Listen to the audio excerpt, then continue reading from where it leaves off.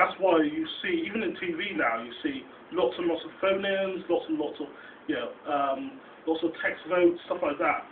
People are expecting to have an influence on what's going on. Yeah, that's a continuing trend, and it's a continuing trend online. People prefer a human voice, the tone. So, you all know the old style. This is the voice of the BBC. That's kind of disappeared now. We're now interested in human tones. Was it the person? It would sound really weird if you were using a kind of tone from London up in Scotland. For BBC Scotland. It doesn't make any sense. But also, this kind of very much like Queen's English style thing is gone. That affects everything, and it affects writing as well. People want that kind of less official tone and more of a kind of like conversational tone. That's why people read blogs and stuff like that. It's very interesting. People expect everything to be time shifted. I was watching Dragon's Den. It was yesterday actually, or the other day, and the phone rang. I was like, "What? I can't pause it." I usually download Dragon's Den, so I actually was around and to actually play it on to watch it on live TV. And okay, you could get a TiVo or something like that, or a Sky Plus box, but everything should be time shifted. Even radio now. One of the popular parts of the BBC website is the radio player. How many of you guys use radio player? Being able to like skip back a minute, an hour, stuff like that, with a pause. People are attracted more than that even. So it's amazing. Sharing is implicit. Okay? If you can't share it with your friends, who cares? Pretty much. Am I right? It's no good watching it to yourself and going, I watched this great series and I wish I could share it with you. But I can. It's this stuff people are expecting. They really are expecting this to be, there from day one. One of the interesting things that's changed that they're really taking note of what we're doing. So, it's also the days of believing the BBC was always right have kind of gone. People are keeping an eye and comparing us to others, and which is interesting. We've never been in that position before. We always believe that we're a trusted partner, and yes, you can trust us, but some people don't. And it's really interesting. And then also, because also they're taking notes. Got kind of going wrong. And there's sites like Bias BBC, which all they do is they go through the programming and the news to try and work out, is BBC bias in one way or the other. And it's interesting. It's just interesting that our audience are now doing this, and we're expecting them to do this now. And our audience are not scared to explore now. They want to try new things out. They want to do new things. They want to, they want us to push them a little bit. They don't mind, especially their friends recommend it to them.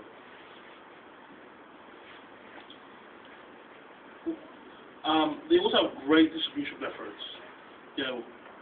Stuff like BitTorrent and other things like that are amazing. And we haven't got. The amount of money we spend on broadcast distribution compared to you guys being able to just stick it on the web, share it friend to friend via email is amazing. And this is for the last one that's really important for you guys, is that content is never finished. Okay?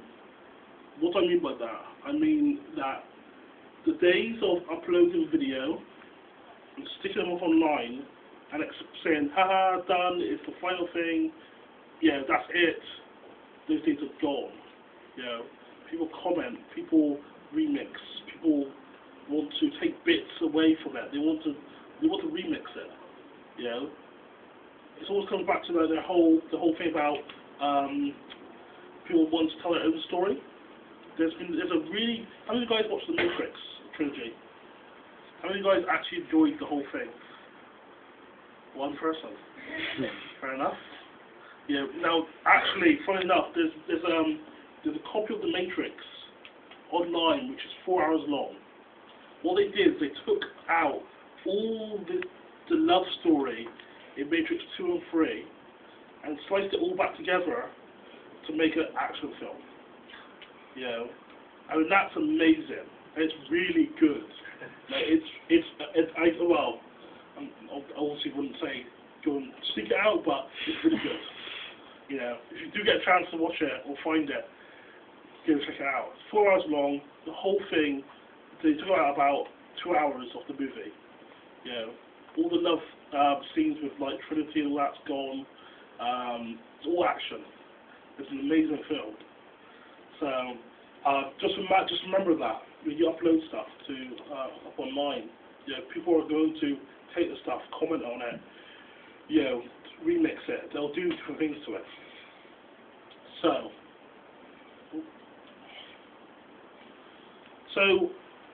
I'm going to flick through this really quickly because I know this is kind of more the boring part of it. But a few things have changed, and I don't know if you guys have seen this graph before. Never seen it before? Okay, so the general idea is that the days of, we used to say people interact with our service, and that was it. What's actually happening is that there's some people that are just really lazy, not lazy, but I just want to just sit back and relax, and just, so they want to watch something, okay?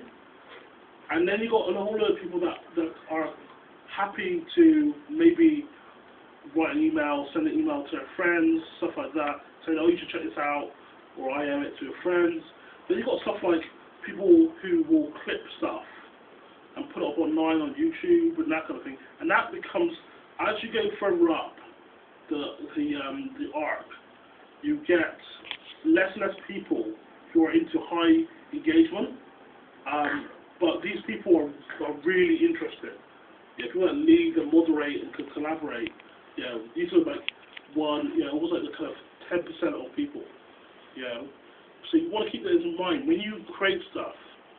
You want to keep in mind that not everyone is going to run out on the street and go, I saw this amazing film, I saw this amazing TV show. I want everyone to know.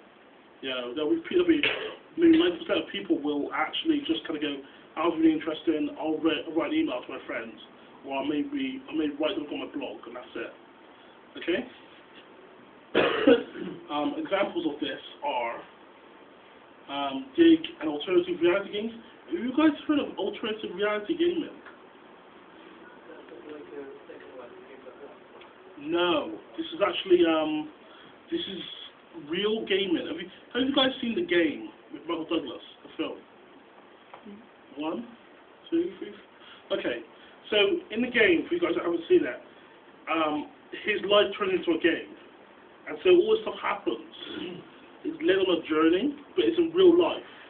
Alternative reality games are the real equivalent of that.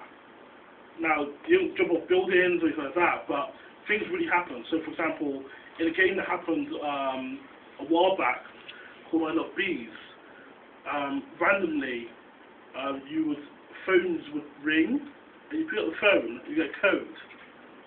And if you go to the website, you put the code in, it will unlock a different part of the website. And people are doing this all over the world. So it's like a Nokia game or anything like that, if you've ever played with that. But it's just like it kind of happens online, it happens offline.